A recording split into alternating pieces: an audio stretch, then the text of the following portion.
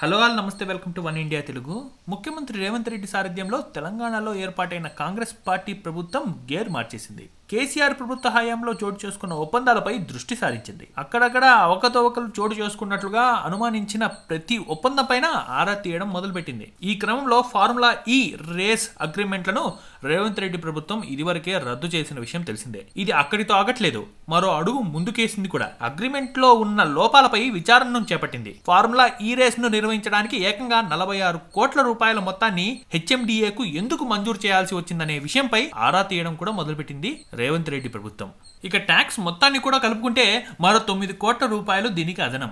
Formula ఈ race నిర్వాహకులతో ఒప్పందాలు కూడా కుదరకముందే హెచ్ఎండిఏ డైరెక్టర్ల బోర్డు ఆమోదం పొందకుండానే ఇన్ని కోట్ల రూపాయల మొత్తాన్ని హెచ్ఎండిఏకు బదలాయించడాన్ని తీవ్రంగా పరిగణలోకి తీసుకుంది రేవంత్ రెడ్డి ప్రభుత్వం. ఇక ఈ నేపథ్యంలో హెచ్ఎండిఏ మాజీ కమిషనర్ ఇంకా ప్రత్యేక ప్రధాన కార్యదర్శి అరవింద్ కుమార్ కు మెమోను జారీ చేసింది ప్రభుత్వం. ఈ మేరకు ప్రభుత్వ ప్రధాన కార్యదర్శి Shanti Kumar memo number 350 special C/A2/2023 ఆయనకు పంపించారు. వారం రోజుల్లో వివరణ ఇవ్వాలని కూడా సూచించారు. అరవింద్ కుమార్ హెచ్ఎండిఏ కమిషనర్ గా ఉన్నప్పుడే ఈ ఒప్పందాలు కుదిరాయని కూడా చెబుతూ ఉన్నారు. 2022లో తెలంగాణ ప్రభుత్వం FIA ఫార్ములా ఈ వరల్డ్ ఛాంపియన్షిప్ ప్రతినిధులతో ఒప్పందాన్ని కుదుర్చుకున్న విషయం తెలిసిందే.